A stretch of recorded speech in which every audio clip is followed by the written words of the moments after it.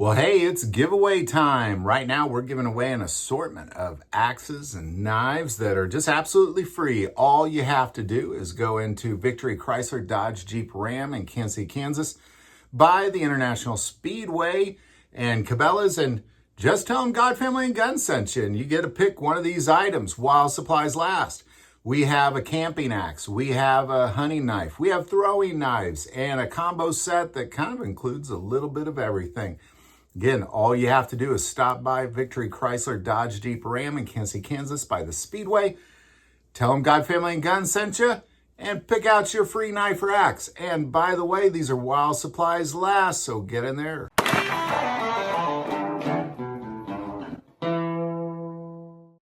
Welcome to a series called He Trains My Hands for War, where we're going through the book of Joshua, verse by verse, because the book of Joshua is by far the best example, if not the only example, of what it is to be in the army of the Lord. And as we've gone through this book, I do want to remind you that it's very important. The reason we're going through this is so we can understand, well, what is it God does when you're in his army? Like, how's all that play out? What are we to do? Because obviously he's not a changing God. And the reality is in the end times, tribulation will be unlike anything the world has ever seen, ever, and ever will again. But yet, in that moment, what you have is you have people who are sustaining for 3.5 years through the warring of the saints, for 3.5 years, successfully warring against the antichrist and his world army. But yet, they're so few, and the Bible says, well, who can stand up against the Antichrist? So I'm out here walking. Like, every time I film, I'm kind of out walking, or I'm doing something. When I film this series, sorry, I got spider webs everywhere. Clearly the first one on this path today. So what we need to do is we need to not just be preparing spiritually and mentally, but also preparing physically. Joshua and his army, what they were going through was not an easy thing, and it took physical strength.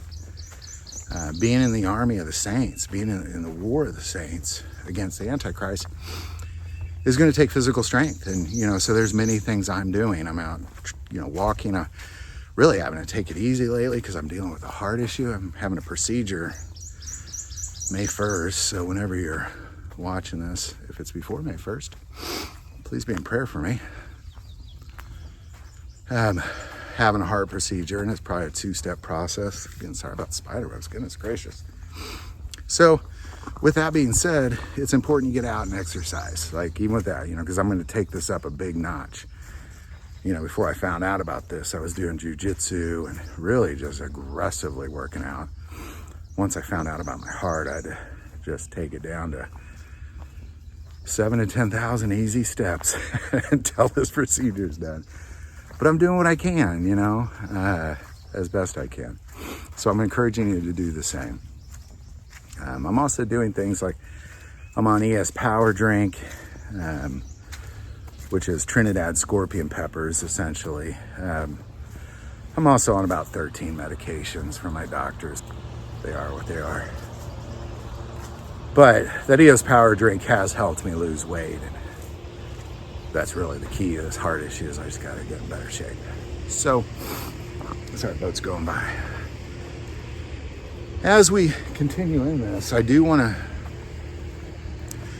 kind of remind you of where we are. Joshua's conquered Jericho, Ai, the kingdoms that rallied against him. They got deceived by one kingdom. Now they're stuck with them to live and dwell with forever, which is what they're dealing with now.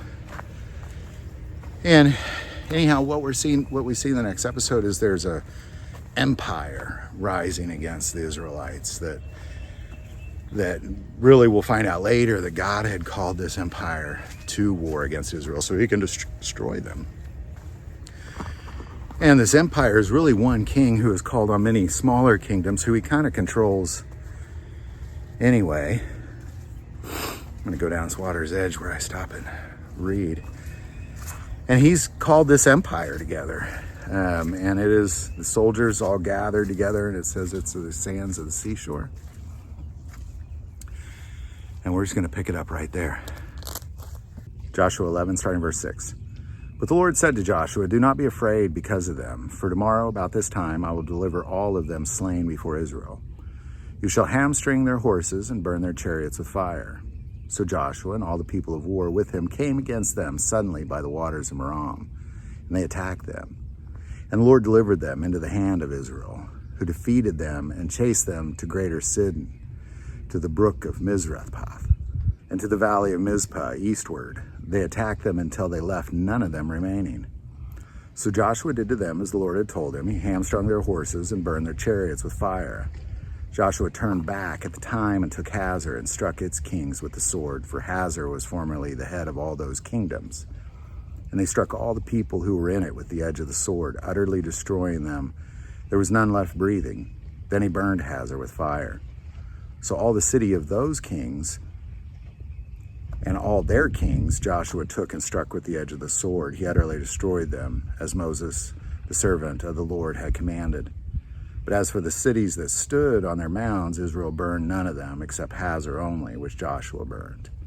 And all the spoil of these cities and the livestock and the children of Israel took as booty for themselves, but they struck every man with the edge of the sword until they had destroyed them and left none breathing, as the Lord had commanded Moses his servant. So Moses commanded Joshua, and so Joshua did. They left nothing undone of all the Lord had commanded Moses. Thus Joshua took all this land, the mountain country, all the south, all the land of Goshen, and the lowlands, and the Jordan plains, and the mountains of Israel into its lowlands, from Mount Halak to the ascents of Seir, even as far as Baal, Gad, and the valley of Lebanon, below Mount Hermon. He captured all their kings and struck them down and killed them. Joshua made war a long time with all those kings. There was not a city that made peace with the children of Israel except the Hivites, the inhabitants of Gibeon. All the others they took in battle. For it was the Lord to harden their hearts, that they should come against Israel in battle, that he might utterly destroy them, that they might receive no mercy, but that he might destroy them as the Lord had commanded Moses.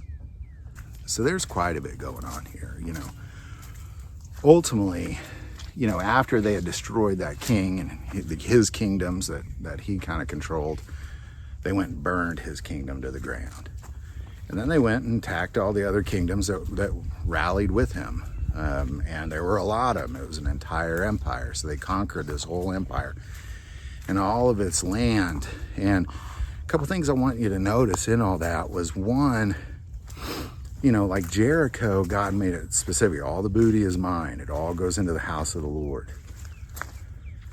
But this entire empire that they destroyed, the inhabitants of Israel took all of it as theirs. So they're growing in riches and they're growing in land, and it's going quick, and they're having victory after victory after victory after victory. And now nobody in that region is not against them. Everybody is against them in that entire region. Sound familiar? The spirit of the enemy is no different now than it was then. And you have to see it. It's the same games, the exact same games that they're playing here. And to know that is incredibly important, because the reality of all this is, and you have to get this deep into your heart, that this is a spiritual war. It's a spiritual war, and humans are really kind of victim to it. So the enemy is trying to stop the kingdom of heaven on earth as it is in heaven. And he knew that went through the Israelites, and them conquering this land was very significant to that plan. And he couldn't stop it. And now we're seeing the same thing. All the people in all the regions are warring against Israel. And how this spiritual war is really playing out is God is making the surrounding nations of Israel hate Israel. Why? So then they battle against Israel, and then God can destroy them in warfare. God is a warrior. That's how he destroys nations. He either rains hellfire down on it until it's nothing left, or he destroys them through the sword of others. You know, it's not anything that we have to, you know, we have to come to this place where we see that this is really happening. This spiritual warfare is really happening. And the sooner we can wrap our heads around it and understand that this is going to happen again, that in the end times, it's happening right now, that God is calling nations to rise against Israel to bring about his plan for the redemption of mankind, to bring about the kingdom of heaven on earth as it is in heaven. So in Joshua's day, it was to bring about the redemption of mankind through bringing about Jesus Christ. You know, when Christ came and laid down his life and was resurrected, the enemy tried to stop that. That's what this whole thing with Joshua is. And now it's the same game. He's trying to stop Jesus Christ from establishing his throne on earth as it is in heaven by establishing his own throne. So it's the same game. You have to see it. The game hadn't changed. It's the same game. That's why it's so incredibly important that we go through this book, because, you know, the warring of the saints is a real war that goes on for 3.5 years between the antichrist and his world army against the Israelites. 144,000 of them, and a multitude of nations, tribes, and tongues of Gentiles is what Revelation tells us. All in this strange war. But we sustain for 3.5 years successfully. How do we do it? Just know that armies are going to come against you. But chances are that God is calling them against you so he can destroy them.